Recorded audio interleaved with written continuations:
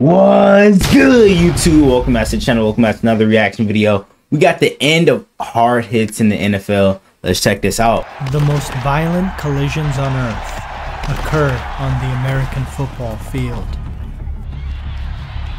Yeah, man. NFL is slowly turning into flag football at this point. Not gonna lie, you can't even fucking lay a nigga out without be calling for a flag. It has captivated that shit is just so stupid, gang, and cost its athletes their own. I'm gonna miss old school Dr. football. Omalu's discovery, a brain disease named chronic traumatic encephalopathy, or CTE, is a condition caused by repeated blows to the head, found mostly in athletes who play contact sports. Damn. It's just about every snap. Oh my gosh. In the 2000s, we saw a series of mysterious and tragic deaths of NFL players. Yep. Aaron Hernandez. Mike Webster, a four-time Super Bowl champion, had died homeless and tased himself so he could go to sleep.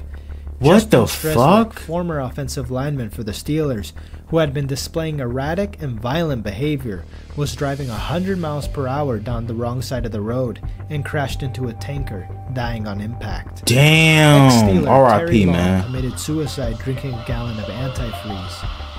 Eagles hard-hitting safety Andre Waters was in constant pain and experienced severe depression, which led to the taking of his own life. At the center of these shocking and mysterious deaths was Dr. Bennet Omalu, a neurologist out of Pittsburgh. In 2005, Dr. Omalu took on the NFL after publishing an article titled Chronic Traumatic Encephalopathy in a National Football League player. In the article, he discusses his findings after performing the autopsy on the now deceased Steelers center, Mike Webster, and found that in his brain there had been an accumulation of tau proteins due to repeated blows to the head, which causes brain degeneration, memory loss, confusion, aggression, and depression. The NFL tried their hardest to suppress and discredit these studies, as it threatened their business and could have major repercussions for further growth. But Dr. Omalu wasn't done, and inspected the brains of all players who had died suspected of having CTE, and found that each one had it prior to their death. In an NFL collision, guy's evidence. It generates around 100 Gs of force, and it only takes 60 Gs for a person to become concussed. Per season, a player receives a total of 1,444 head impacts, with linemen and linebackers receiving the most. Researchers found that in a single game, 10 of the 62 hits reported were equal to the force someone would feel if they crashed their car into a wall going 30 miles per hour.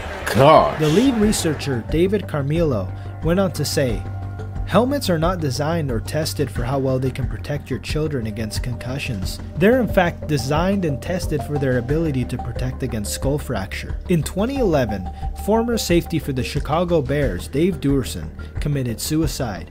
Prior to his death, he sent a text message to his family stating, "Please see that my brain is given to the NFL's brain bank." And in May, neurologists at Boston University confirmed that he did indeed have CTE. In April 2011, the first lawsuits against the NFL reared their head, claiming the NFL knew the risks repeated blows to the head could have on a player's health. Damn, that nigga helmet went flying. And concealed it, ignoring the link between concussions and CTE.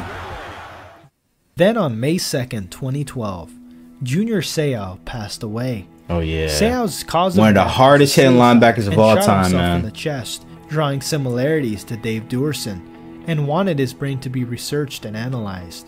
And on January 10, 2013, Seau's family released the findings, and it showed definite signs of CTE.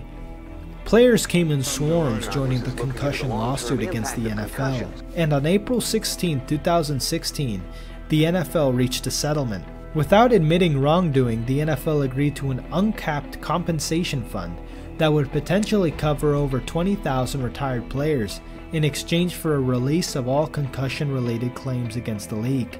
At the time, it was predicted that the NFL's outlay would ultimately exceed $1 billion. Damn. In the 2000s, a flurry of rule changes meant to protect players was put into action.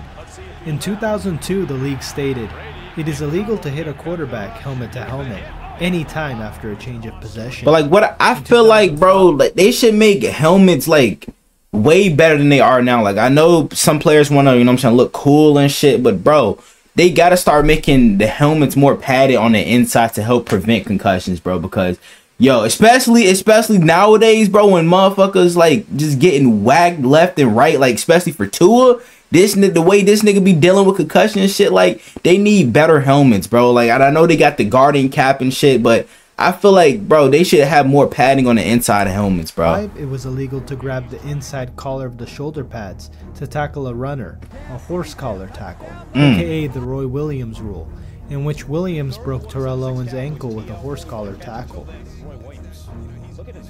They also enacted unnecessarily running, diving into, or throwing the body against a player who should not have reasonably anticipated such contact by an opponent. In 2006, the NFL prohibited low hits on a quarterback when a rushing defender has the opportunity to avoid such contact. I remember that Brady one. The Carson Palmer rule, after he received a low hit in the 2005 wildcard game that knocked Palmer out of the playoffs. In 2009, it is an illegal hit on a defenseless player if the initial force of the contact by the defender's helmet, forearm, or shoulder is to the head or neck area. But like in some instances, bro, like what do you want the defender to do? Like you want to just allow them to catch the ball, bro? Like they got to do something. An illegal blindside block if the blocker is moving toward his own end line and approaches the opponent from behind or from the side. Nicknamed the Ward rule, after Ward delivered a vicious block on Bengals linebacker Keith Rivers, breaking his jaw. However, breaking his jaw? Bro, you know how hard you gotta hit somebody to break their jaw, gang? Ooh, Josh Cribbs. That the NFL would begin its final effort to eliminate all illegal hits from the game. Wow. The elimination of the headhunter. James Harrison, yeah. This nigga was a demon, gang. Powerful, mean, and dirty are terms commonly associated with James Harrison. Being undrafted, he always had a chip on his shoulder and was determined to. This nigga didn't become a starter till he was 29. Every time he stepped on the field. Oh my gosh! His aggressive style of play began. Nigga think he in WWE, bitch. The NFL began to enforce Brock Lesnar in this motherfucker. Thousands progressed, and it provides a perfect picture into the de-evolution of big hits. On September 19, 2010. Harrison was fined $5,000 for his hit. Nah, yeah, that was uncalled for. I remember that hit. As Young was getting tackled and flipped. That shit looked crazy. On October 17, 2010, Harrison was fined $75,000 for his hit on Mohamed Massaquoi. The NFL looked at Harrison as a repeat offender and was the reason for the large fine. The NFL was beginning to push back hard. Harrison also knocked out Browns receiver and kick returner Josh Cribbs. Josh Cribbs was a legendary returner, bro. He got to be in the Hall of Fame one day for return. On October 3rd, we already know Cordero Patterson gonna be in there now that Devin Hester, you know what I'm saying, in the Hall of Fame. For a late hit on quarterback Drew Brees. On November 28, 2010, Harrison was penalized $25,000 for a brutal hit on Ryan Fitzpatrick. That ain't like a dirty hit. Contact to the chest of the Buffalo. Man, that ain't no dirty hit, bro. Stop being soft. Time contact was made. And on December 18, 2011, the hit you all know him for, Harrison knocked out Browns QB Colt McCoy. Colt McCoy got blasted, gang. What was even more shocking is McCoy was allowed to return to the game even after clearly having a concussion, which would push the plea for player safety into overdrive. Wow. Harrison would be suspended one game for the hit, and he forfeited $73,000 from his salary. The NFL made James Harrison an example to the rest of the league.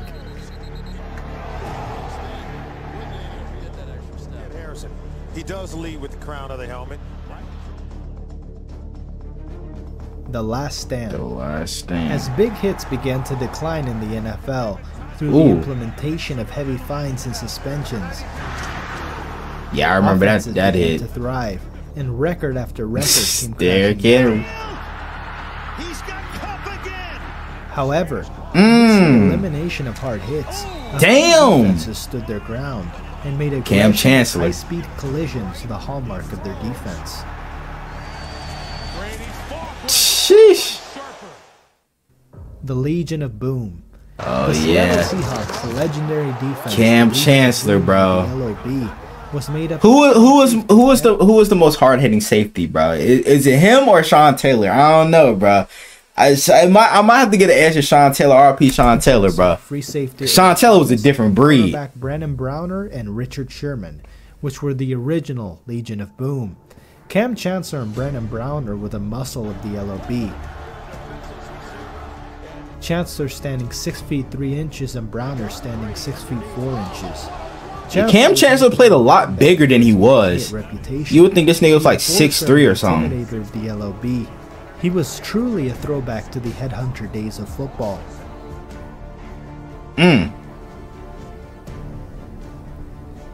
Yeah, nigga, if I would have ever saw Cam Chancellor coming my way, nigga, I'm sliding, gang.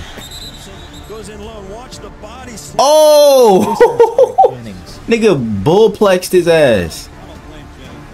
Nah, that's crazy. I ain't gonna lie. This is crazy.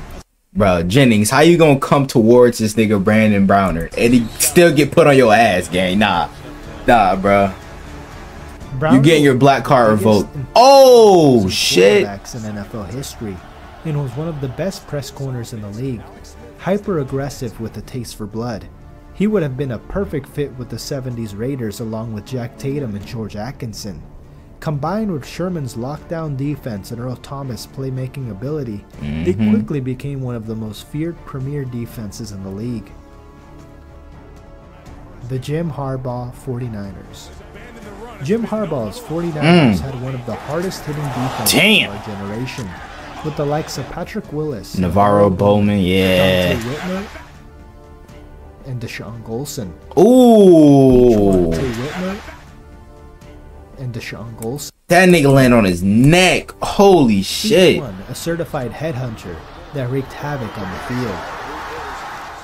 The centerpiece to this defense was none other than Patrick Willis. 7-time Pro Bowler and for 2 seasons led the NFL. An 18 first team All-Pro Willis nod. was the ideal middle linebacker with superior athleticism and big hit ability. Who could forget his hit on Jets receiver Brad Smith? Cringe every time I see that hit, right bro. Alongside Willis stood Navarro Bowman, a 4-time first-team All-Pro. In tandem, Willis and Bowman would be the premier linebacking core in the NFL. The 49ers' last line of defense contained 2 of the most vicious hitters of our era. Deshaun Wilson, the man that racked up Aaron Hernandez. Damn. Shit. It was mentioned as one of Tom Brady's favorite defensive players. One of my favorite players, so why? Because if I were safety, I'd try to play like him. Yeah. Golson polarized fan bases, with many accusing him of dirty tackles. Yeah, that's a dirty hit others right there, argue bro. That's the way football was meant to be played.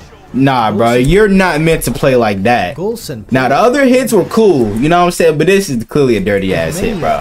Let's keep it a buck, gang. While others argue that's Come the on way now. football was meant to be played.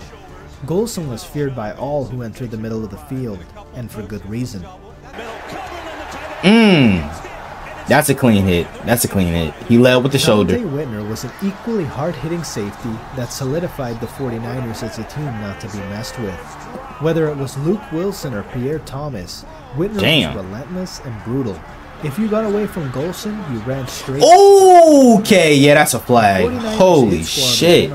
Oh! And hardest hitting defenses. The most controversial defense of the 2000s. Gosh, bro. These niggas, I ain't gonna lie.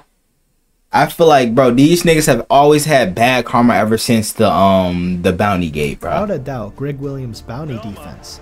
A defense that ran a complex system in which big hits and the intentional injury of players were rewarded. The defense was led by Jonathan Vilma, captain and Pro Bowl middle linebacker. Vilma was a big hitter and relentless tackler for New Orleans. He reportedly offered $10,000 for any Saints player that injured Brett Favre in the 2009 NFC Championship. Yeah, bro, y'all were lame as hell for that, bro. Every player that was involved with that, bro, should have been out of the league. Not even gonna hold you. Hard, frequently knocking players out of games. At age 34, he had one of his most outstanding years, racking up 9 interceptions, and was one of New Orleans' leading hitters. Damn. He's got a first down. Roman Harper, alongside Roman Harper, yeah, that boy was a demon. Him and Jabari Greer. Players. After Sharper's departure in 2009, he was replaced by an equally capable hard-hitting safety, Malcolm Jenkins. Oh yeah, Malcolm Jenkins. The Saints' bounty defense would end in 2012 with a series of severe suspensions enacted by NFL Commissioner Roger Goodell. Williams was suspended indefinitely. Vilma was suspended for an entire season, as was head coach Sean Payton. As they should. The opportunity to make bro, Sean Payton, you're the head coach, man. Like, what the fuck are you doing? As he had done with James Harrison. He wanted to make an even stronger point here, deducting draft picks, enacting heavy fines, and suspending players for entire seasons. The time of big hits and bone-crunching collisions was reaching its end. Ooh!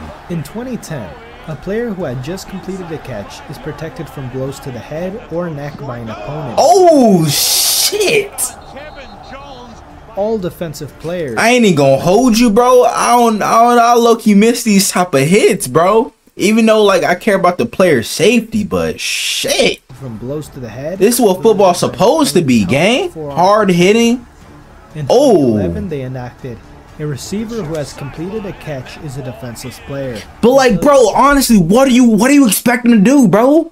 Just to allow them to really catch the ball? Like, bro, nah, I don't care, bro. This is a legal hit. I don't give a fuck what nobody says, bro. The fuck you like, bro? The fuck are you supposed to do as a defender?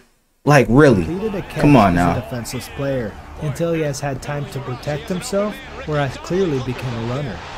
In 2013, they enacted ball carriers and tacklers cannot lead with the crown of their helmets when both players are outside. Now this was ugly.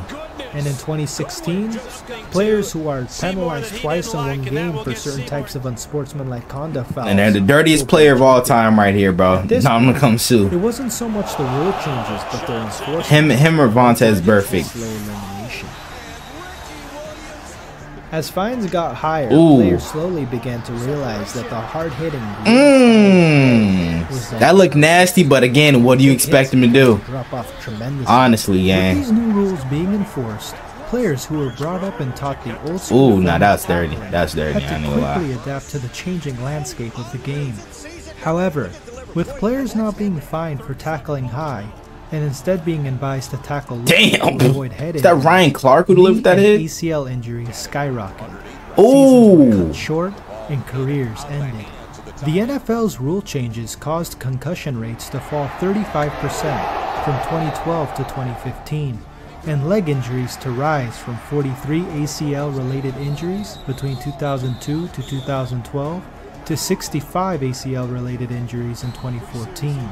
When asked amidst the concussion and low-hit controversy, Texans safety DJ Swearinger had this to say: "In this league, you got to go low.